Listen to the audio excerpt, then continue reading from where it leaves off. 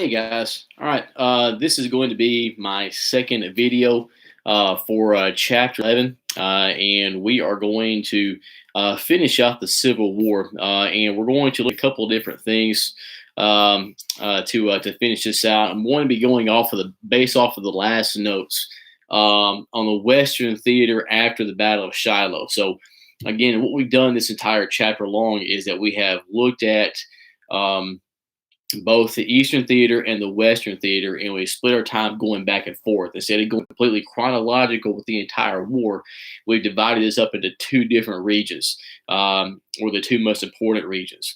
The last video, we talked about the end of the war in the East. We talked about the Battle of Gettysburg and what happens after Gettysburg in Virginia with Robert E. Lee. Now we're going back to the West, or in this case, we're now in the Deep South, and talk about how the war ends here.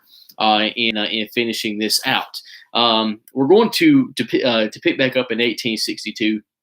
If you have your notes handy, we're looking at that final graphic organizer, the Western Theater after Shiloh, and I'm going to be explaining just a few of these as we go further along to finish this out. If you keep in mind where we left off was we had talked about the Battle of Shiloh in between Ulysses Grant and what was going to be Albert Sidney Johnston, but Johnston is killed in the battle itself. And so as a result, Beauregard has to finish out the battle, and it ends up in a Confederate loss. That leads to the Siege of Corinth just about a week or two later, or a few weeks later, rather. In April to May of 1862. Well, a few months after that, in October, the Confederates are going to attempt to regain their stronghold of the city of Corinth. Again, this is talking about Corinth, Mississippi, in the northeast corner of the state, not too far away from Florence and Lauderdale County, Alabama. And again, Corinth was very important here because it was the center line of basically four different rail lines. You had the line that went all the way from the Mississippi River to Atlanta, that went from east to west, or west to east rather, and then the one that went from north to south. That came down from Tennessee, down through Memphis, rather, and into Alabama. So it was a very, very important junction for two crucial rail lines in the Confederacy. So when the Confederacy lost control of those rail lines with the Siege of Corinth in April and May of '62, then they lost a very important way of getting supplies. Now, again, at least in my take of this, the war in the East in Virginia, that's the most important thing in regards to this war, because what happens there is going to determine who wins this war. However, the war in the West is also very important because you're talking about supplies, that as the Union Army comes down and dominates and pretty much invades the entire Deep South, then you're talking about supply lines being cut off, which means that they can't get guns, they can't get ammunition, they can't get food and rations and things that are very, very important. Keep in mind that the Confederacy is still a brand new nation. And so as a result, did not have an abundant amount of resources. So they are already in supply anyway. Losing Corinth was very crucial in supply lines being cut off. It was about the worst thing for the Confederacy in trying to stay in this war. So you had the Second Battle of Corinth on October 3rd and the 4th of 1862. It is a Union victory. The United States Army is going to keep stronghold of Corinth here, and they will never lose Corinth for the rest of the war. Corinth remains in Union hands for the remaining part of the war. Now, as we get on further into Middle Tennessee, there are several different battles that we're going to talk about there. And if we're doing this chronologically, the next battle will be the Battle of Stones River over in Murfreesboro, Tennessee. If you are driving up I-65 going into Nashville, as you get about 10 or 15 minutes outside of Nashville, then you're getting close to what is known as Stones River, or what we call Murfreesboro. The Battle of Murfreesboro takes place from December 31st of 1862 to January 2nd of 1863. It is another Union victory. And as a result of this victory, the Union Army gains control of the entire middle part of Tennessee for the rest of the war. Now, you got to go back and look at what we talked about first with the Western Theater and the victories at Fort Henry and Donelson.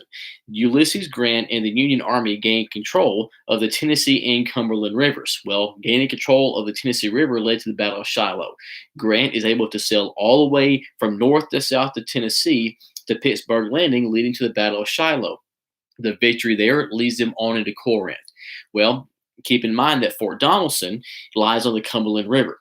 And so if you follow the Cumberland River, that flows into Nashville, which is where we get the Battle of Stones River. And so winning the Battle of Stones River here in Murfreesboro gives the Union Army control of the middle part of Tennessee. So the United States has control of the western part of Tennessee after the Battle of Shiloh, the northeast corner of Corinth with the Siege of Corinth, and then the Battle of Stones River leads to them having control of Middle Tennessee for the rest of the war. So Tennessee at this point is in really bad shape and trying to fight off a Union invasion. Give me just a second. My lamp for some reason is going nuts. But as we look on into other major battles chronologically, the next major one that we'll look at begins in May of 1863, and that's the Battle of Vicksburg. Now, last time we talked about the Battle of Gettysburg. The Battle of Gettysburg was the most important battle of the Civil War.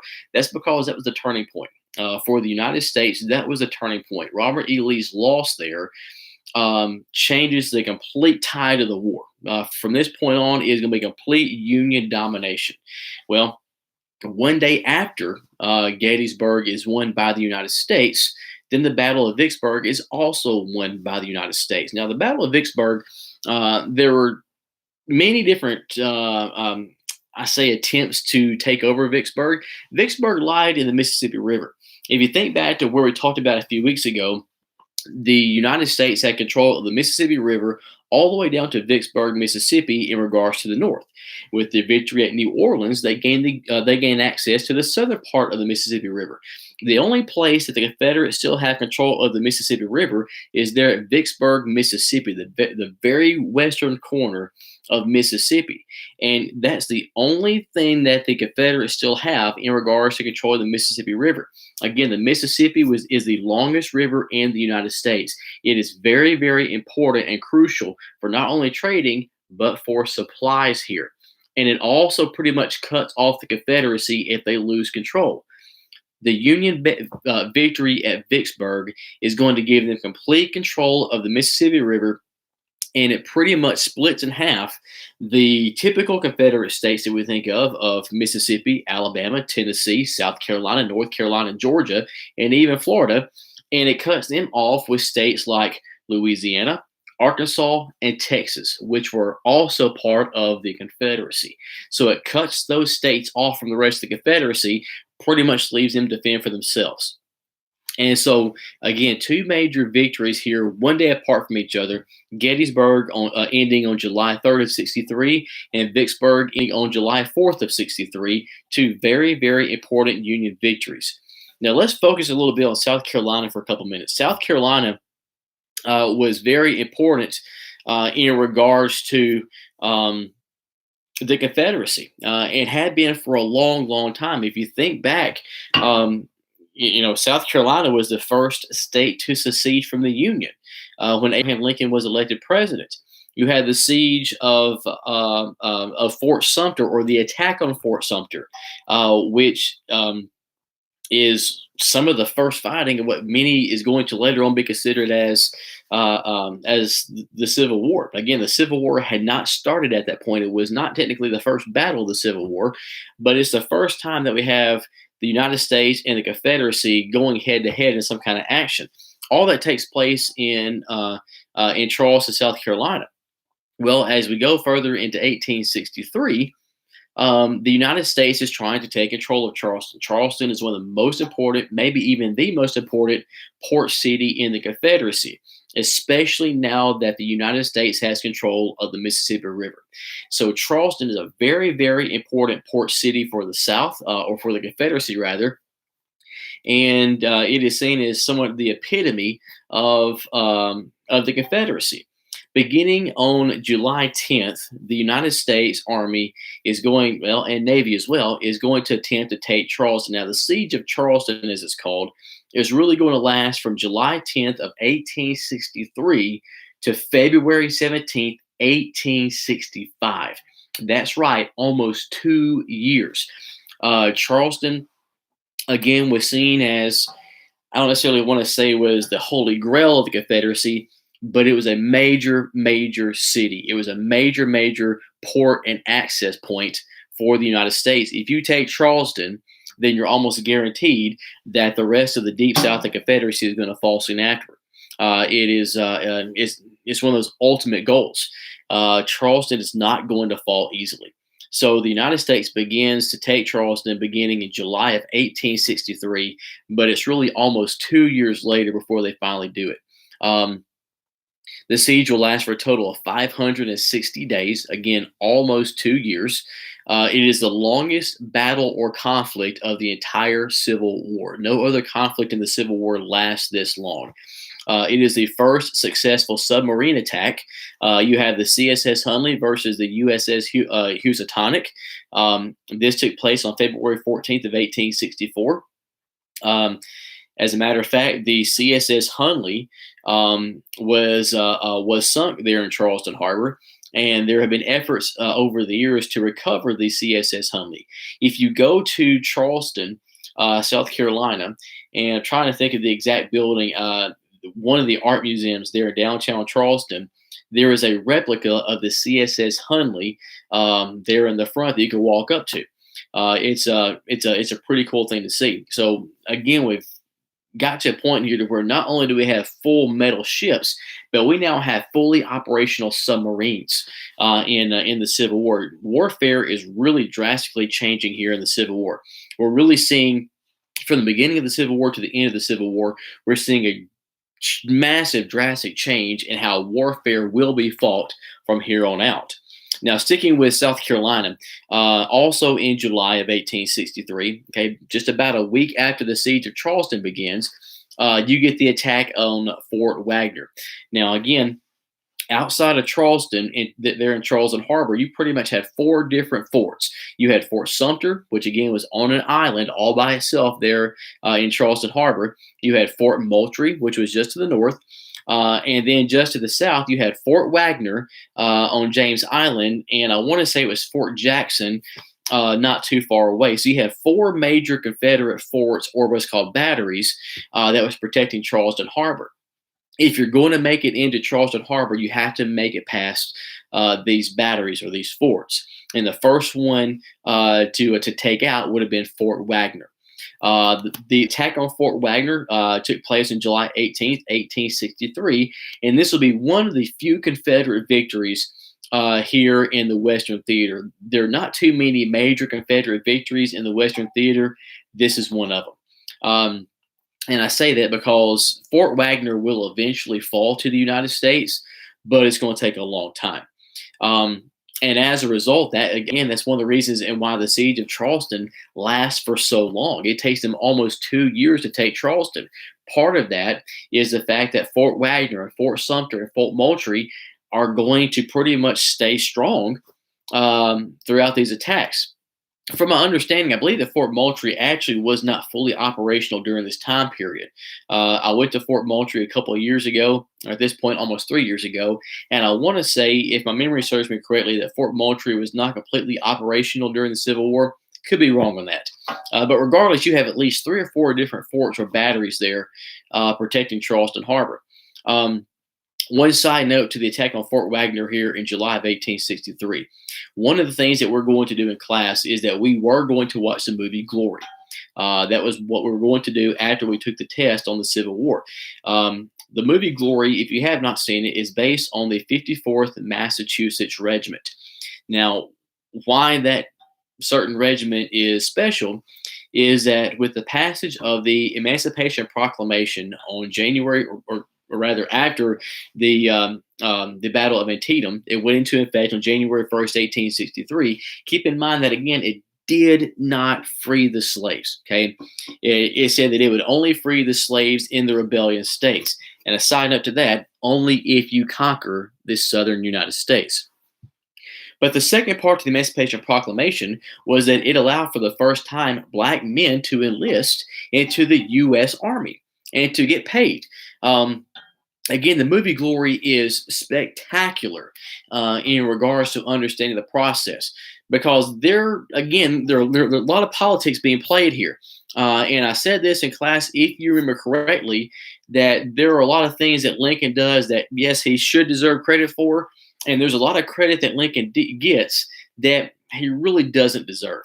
And again, this is one of those things to where the Emancipation Proclamation did not free all the slaves.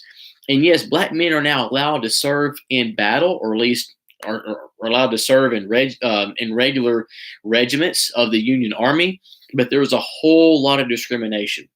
If you get a chance, I would strongly suggest watching Glory.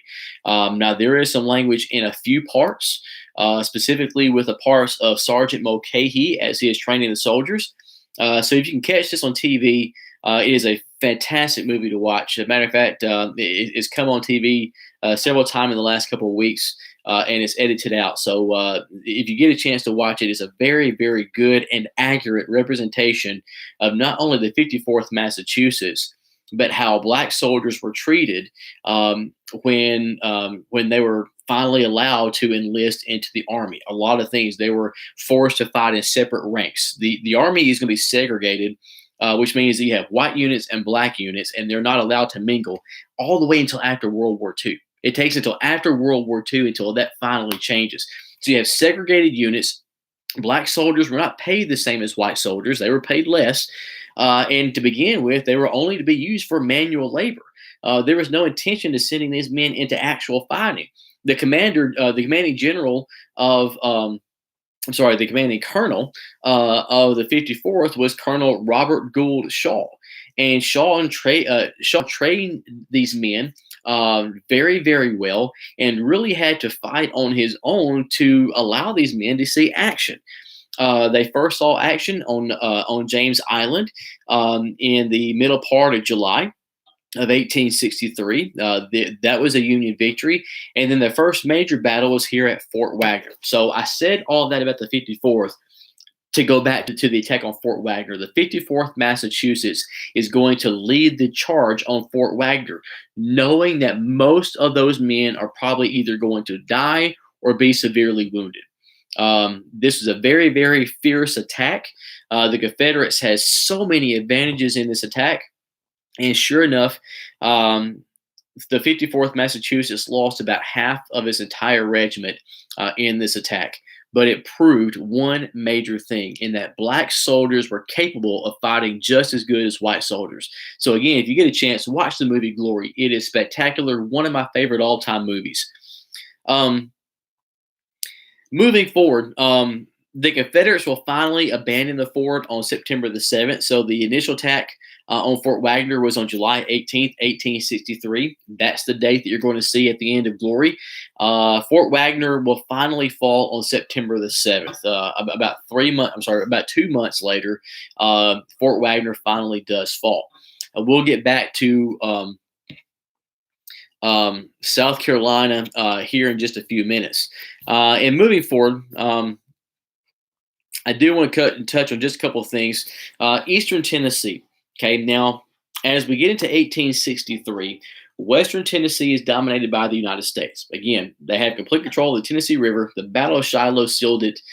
The western part of Tennessee is controlled by the United States.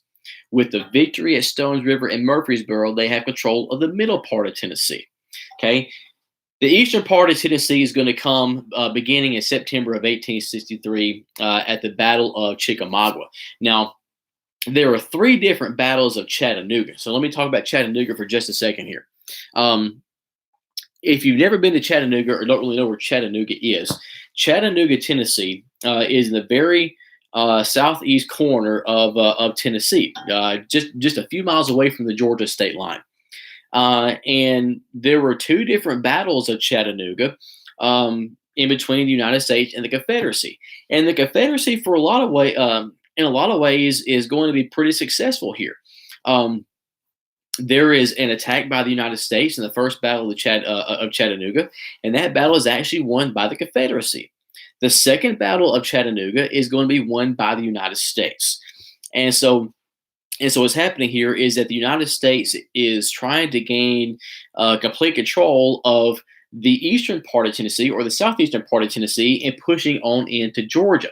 At this point, they had not been in Georgia in any way. Okay, by the time we get to 1863, the United States Army in the Deep South had been all across Tennessee, Mississippi, Alabama, but had not been in Georgia yet.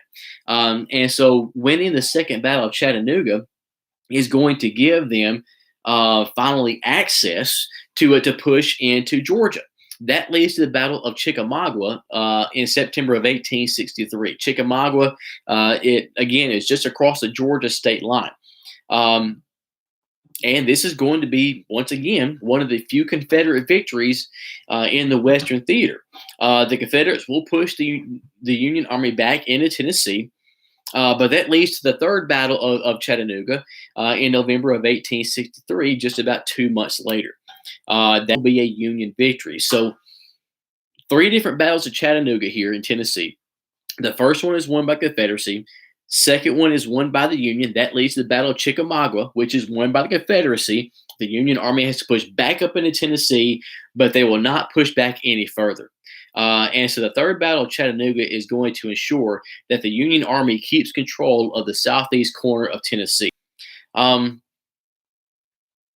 couple of other battles that we're going to look at kind of sparingly, important battles that you might hear about. First of all, the attack on Fort Pillow is one of the most famous and controversial battles of the Civil War. It takes place on April the 12th, 1864. Fort Pillow, and I'm going to mention this because of the controversy. The attack on Fort Pillow by the Confederate Army was led by General Nathan Bedford Forrest. Nathan Bedford Forrest was a cavalryman from Tennessee. And he was very, very successful in his attacks. Matter of fact, he's one of the few Confederate generals in the Deep South, in the Western Theater, that really has a pretty high success rate. While the Confederacy is getting their tails kicked time and time and time again, Nathan Bedford Forrest really is successful time and time and time again. It's just that the rest of the Confederacy could not keep up. But the attack on Fort Pillow is controversial because this is won by General Forrest and the Confederates. However, the Union Army surrendered, but the Confederates are going to slaughter 300 prisoners of war. Now, the rules of warfare is that if a soldier surrenders, or soldiers surrender, then you don't kill them, you don't attack them, you simply take them into custody. They are a prisoner of war. And you do not harm a prisoner of war, you don't kill a prisoner of war. However, when many of these Union soldiers surrender, which were mostly black soldiers, in what was called, at this point in time, they were called colored units. I know that's not a politically correct term, but that's what they were called. Again, because of the Emancipation Proclamation, you have black units now. Most of the Union soldiers at Fort Pillow were black soldiers. And so that's what leads to a lot of the controversy, is that it definitely happened that 300 POWs were killed. Most of these POWs were black. The question here in the controversy is that most people blame Nathan Bedford Forrest for ordering that attack. They believe that there was a racist aspect to it. And I'm not going to say that there's not. That's one of the major controversies of the Civil War, that when you look at the life of Nathan Bedford Forrest, and we'll talk more about Forrest going into the next chapter, a lot of controversy that surrounds him. There is some evidence to suggest that maybe Forrest was not in control here, that he was not the one that gave the orders. There are others that say, well, he was a commanding general, so it's his responsibility. Again, I'm not going to answer that question. I'm not going to give you my point of view. It is certainly something to look up and to research. But that happens in April of 1862. I'm sorry, April of 1864. Now, hitting close to home, again, the Civil War took place in Limestone County as well. And if you guys think back to about a month ago, Miss Davis came and talked to the class. Miss Davis was from the Limestone County Archives, and she talked about the Civil War in Limestone County. She talked about the Battle of Athens there at Fort Henderson. She talked about the Battle of Sulphur Creek Trestle. The first Battle of Athens took place on January the 26th, 1864. And this was a Confederate attempt to take back Athens from the Union Army. If you think back to Miss Davis's lecture and lesson, the Union Army came in and took Athens, and General Turchin, who was a Russian Union soldier, really destroyed a lot of Limestone County. So in January 64, the Confederates tried to take back Athens, but it will not work. This is going to be a Union victory. However, in September of the same year, September 23rd and 24th, you have the attack on Fort Henderson here in Athens, over where the old Trinity High School is. The Fort Henderson, which was the attack here, was led by Nathan Bedford Forrest. It was a Confederate victory. And one day later in Elkmont, you had the Battle of Sulphur Creek Trestle. Once again, Nathan Bedford Forrest is victorious here. So you have two Confederate victories here in Limestone County at Fort Henderson and Fort Sulphur Creek Trestle. And so there is some Confederate success here in regards to Limestone County. Now I'm running out of time here, so I'm gonna quickly go through the last bit here. As the Union Army gains access to Georgia, there's going to be a lot of controversy here. You have the Battle of Atlanta in July of 1864, where the Union Army is going to gain access to Atlanta, Georgia, which was a major city. It was a major loss to the Confederacy. As we get closer and closer throughout 1864 and 1865, the United States is completely invading and capturing and dominating the Deep South. At this point in time, General Grant had been put in charge in all of Union forces. He is now going head to head against Robert E. Lee in Virginia. And so William Tecumseh Sherman has taken over as commanding general here in the Deep South. And so Sherman is the one that leads the attack against Atlanta. It is a victory here, and this will set up what's called Sherman's March to the Sea. That beginning on November, the Battle of Atlanta was July 22nd. A few months later, beginning on November 15th, General Sherman is going to take his soldiers, and they're going to march from Atlanta to Savannah. Okay, from Atlanta, Georgia, to Savannah, Georgia. Savannah is on the east coast, the far east coast of Georgia. It was the second major city in Georgia, and Sherman. This is where Sherman becomes famous because this leads to what's called Sherman's March. Sherman will lead 60,000 Union soldiers on a 285-mile march from Atlanta to Savannah, and throughout the way was known to have frightened civilians, to have pressured civilians to give up Confederate supply lines and Confederate information.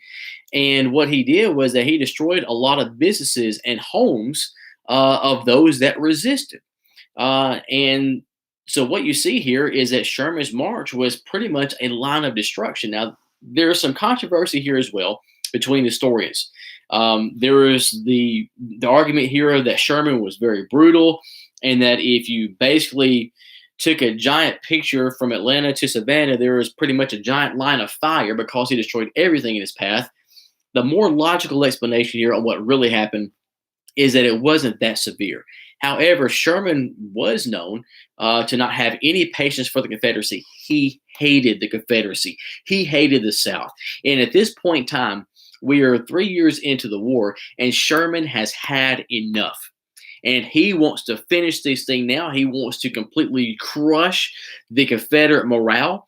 And so Sherman's March was intended to do just that, to stop civilians from helping Confederate soldiers, to destroy supply lines, everything. And so Sherman's March, one of the more controversial parts of the war, was very successful for him. And he will make it to Savannah, Georgia. In Savannah, he will stay at what is called the Green Meldrum House. If you ever go to Savannah, Georgia, First of all, it's a beautiful, beautiful city, all kind of rich history that dates back to before the American Revolution. But the home there, called the Green Meldrum House, also known as St. John's Church, in Savannah, Georgia. It's a very interesting looking house. That was the house that Sherman stayed in while he was in Savannah. When I went to Savannah 3 years ago, or at this point, 3 years ago, I saw the house itself, and it was pretty cool to watch. From that point on, Sherman is going to continue his march, and will next shoot for Columbia, South Carolina. And this takes place from February the 17th and 18th, 1865. So as we get into 1865, the final year of the war, Sherman is going to continue that march in marching from Savannah, Georgia to Columbia, South Carolina. Columbia was the capital of South Carolina. And if you look at a map, Savannah really is right there on the corner of Georgia, in between Georgia and South Carolina. So it's not that far of a trek. Sherman will continue his march of destruction. He takes over Columbia, South Carolina. Fires are going to destroy the city. Now, again, a lot of Southerners like to blame Sherman here and say that Sherman set fire to the city. Historical evidence tells us otherwise, in that more than likely this was an accident. There were cases of drunken Union soldiers everywhere by the time you get to Columbia, South Carolina. And the rumor is, and more historical evidence tells us, that a fire probably started accidentally, and that's what burned down the city of Columbia. This will lead to Confederates surrendering Charleston. So again, going back to the siege of Charleston, the city of Charleston is going to fall on February 17th, 1865. The siege of Columbia is on February 17th, 1865. So again, Columbia and Charleston are there, not far away from each other. So Sherman was very important here in regards to the fall of Charleston, South Carolina. Again, it took almost 2 years to do, but Charleston finally falls to the Union Army. And from this point on, Sherman can now concentrate on going from South Carolina into North Carolina. So Sherman, again, is completely dominant here. He picks up pretty much where Grant left off. He takes over Southeast Tennessee at Chattanooga. He eventually makes way down to Atlanta, Georgia, then to Savannah, Charleston, Columbia, South Carolina, and then into North Carolina. So between Grant and Sherman, you want to talk about some domination here in the Deep South. Sherman's North Carolina campaign was from March 3rd to April the 18th, 1865, and this pretty much ended the war. Going back into Tennessee, just a couple battles right quick. You had the Battle of Franklin on November the 30th, 1864, and the Battle of Nashville in December of 64. And with the victory in Nashville, the Union Army ends the war in Tennessee. By the time we get to December of 1864, the United States has completely invaded Tennessee, and the war in Tennessee is over with. Tennessee just was at the mercy of the Union Army for the entire war. And the Confederates were completely dominated here in Tennessee. As we get into the end of the war, Appomattox Courthouse with Lee versus Grant. Over in the Western Theater, again, you have Sherman in North Carolina, and that's he will end his bid in the war. The Battle of Bentonville was the largest battle in North Carolina. General Joseph Johnston is going to surrender to Sherman on April the 18th at a place called Bennett Place, close to Durham, North Carolina. And this ends the war in the Western Theater, and the Civil War is finally over. So very quickly, I'm going a little bit over what I intended to, but just a couple of points here in regards to the Civil War. The Civil War, again, is one of the most controversial events in American history. Of course, Vietnam is very controversial, but the Civil War is, in my opinion, the most misinterpreted war in American history. And that's because a lot of people have a hard time discerning fact from myth. The popular opinion versus what actually happened. And it's very important to go back and to look at all that. We talked about several of those things this chapter. Again, the Emancipation Proclamation is probably the biggest one. The Emancipation Proclamation did not free the slaves. Um, People in the South, not everybody fought to preserve slavery. Yes, there were a lot that did. The Civil War did not begin because the South wanted to preserve slavery, the North wanted to end it. That was not the case. We talked about the causes to the Civil War. Yes, slavery was a big part. Yes, Southern states wanted to preserve slavery because it was their agriculture. Yes, many Northern states wanted to stop the expansion of slavery because of the rise of abolitionism. But you also had the issue of taxes and tariffs. You had the issue of just flat out different societies. You go back to before the American Revolution, and the North and the South were so different. They were so divided already that this was bound to happen. Um, and again, if you look at our country today, then our country is so large to where we have several different regions that are just completely different from each other. Our lives here in Alabama are very different than people who live in New York City. Very different from people who live in Montana. Very different than people who live in Southern California. We just have completely different cultures, and that's a big part as to what led to all this. But now again, once the war progresses, then this very quickly becomes a war about slavery, especially once we get to the passing of the Emancipation Proclamation. Now, again, Lincoln was pressured into this. Frederick Douglass, in my opinion, should get more credit here than anybody. Frederick Douglass and many abolitionists were the ones that really pushed Lincoln to do a lot of the things that he did with the Emancipation Proclamation and even with the 13th Amendment, which ended slavery. Now, again, Lincoln does get a lot of credit here for the 13th Amendment because, again, Lincoln at the beginning of the war was not about ending slavery. That was never his intention. Lincoln was never going to free the slaves. But as the war progresses, I don't know if his viewpoint changes or if it's the political pressure. But as we go through 1864 into 1865 with the passing of the 13th Amendment, Lincoln is crucial in passing the 13th Amendment to abolish slavery forever in the United States. And he does need to get credit for that. But again, the Civil War, a lot of controversies here, and we don't have time to cover them all. But just a few of the things that we have covered. Again, I invite you to do more research. There are some things in the study guide that we haven't gone over that were supposed to be done on worksheets, but I left those worksheets at school and I can't get it back into the building. So to skip those questions on the study guide, I have left instructions on the assignment page for that.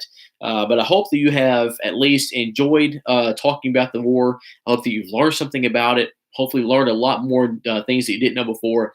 And hopefully you're more informed than I would say most Americans are about the war itself. All right, so this wraps up the Civil War. Again, your study guides are due on Monday. Do the best you can on that. And the next time that I will see you with these videos, we will get into chapter 13.